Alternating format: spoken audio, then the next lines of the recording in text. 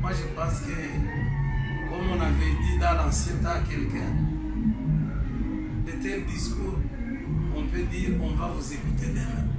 Ce n'est pas, je pense, les moments où la MONUSCO veut montrer qu'elle a toujours été du côté de notre pays, qu'elle a toujours été du côté de nos FARDC de la population. Ce qu'elle veut faire à la dernière minute. Pourquoi n'a-t-elle pas fait ça depuis longtemps? Alors, c'est les Français qui disent souvent, vaut mieux tard que jamais. Mais est-ce que vous les avez vus sur le terrain aux côtés des FARDC?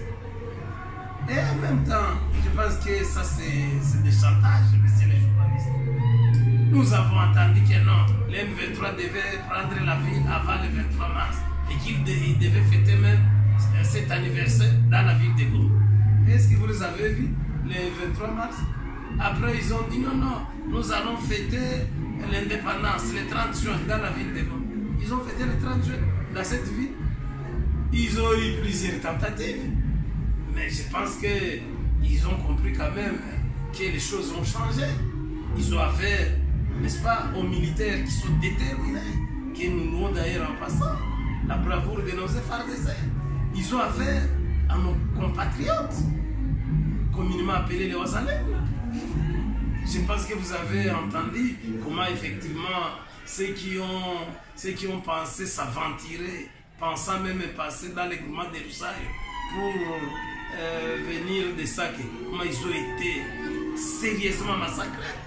Et moi je pense que nous sommes dans une phase où effectivement la parole du chef de l'État, les garants de la nation, est en train de se matérialiser. La diplomatie semble avoir échoué, la politique semble avoir échoué.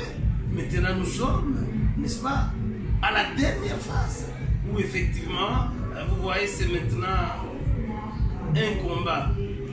Pas question d'un combat d'idées, c'est maintenant un combat sur le terrain.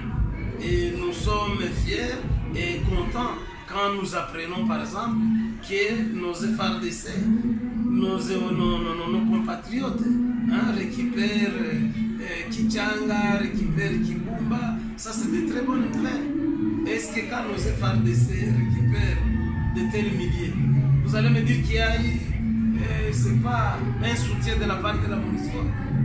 Je pense que la MONUSCO ne fait que jouer un double jeu. Parfois on ne sait même pas si elle est de quel côté. D'ailleurs, si on devait se fier, n'est-ce pas, aux rumeurs, d'aucuns pensent que de temps en temps ils étaient même en connivence avec l'ennemi. C'est la même chose quand vous entendez parler de l'EAC. On vous dira que les gens comme des Kenyans, ils sont en collaboration avec nos ennemis. Les gens comme des Ougandais. Vous n'oubliez pas, messieurs les journalistes, que la prise de la cité de Bunagana, c'était avec l'appui des militaires ougandais.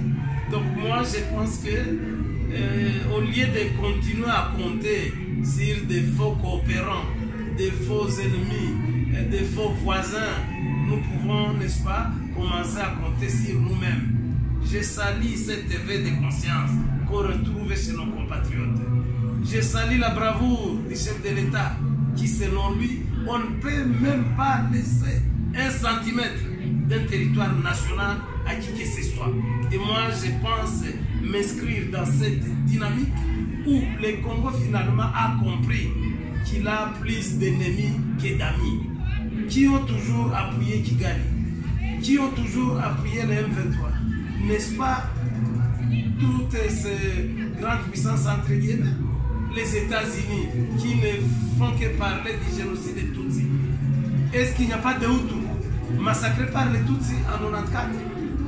Est-ce que les Tutsis n'avaient pas, les FPR n'avaient pas poursuivi les Hutus jusqu'ici à l'est de cette république?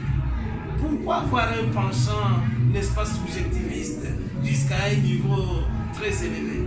Moi je pense, une fois de plus, messieurs les journalistes, comptons sur nous-mêmes. Et je pense que vous et moi, nous avons finalement compris que ce pays doit être libéré pas par les étrangers. Ce pays doit être libéré, ne doit pas être libéré par la MONUSCO, ne doit pas être libéré par l'EAC. Ça c'est nous tromper. Ce pays doit être libéré par nous-mêmes. Voilà pourquoi Quand je me rappelle encore de la parole, n'est-ce pas, de Nelson Mandela, qui insiste sur l'éducation. Et selon lui, l'arme la plus puissante, capable de détruire tout un pays, c'est l'éducation. Donc nous sommes très contents, très ravis de voir que cette éducation au patriotisme, cette éducation qui nous pousse à l'amour de notre patrie est en train de prendre place, non seulement dans nos têtes, non seulement dans nos cœurs, mais elle est en train de prendre place dans notre être, le fond de notre être. Parce que comme dirait un philosophe camerounais, là je cite un certain Fabien Boussi-Boulaga, en insistant sur la crise du monde. C'est ce qui avait toujours caractérisé nos dirigeants, nos concitoyens, nos compatriotes. Mais aujourd'hui on commence à comprendre que c'est un défi à relever.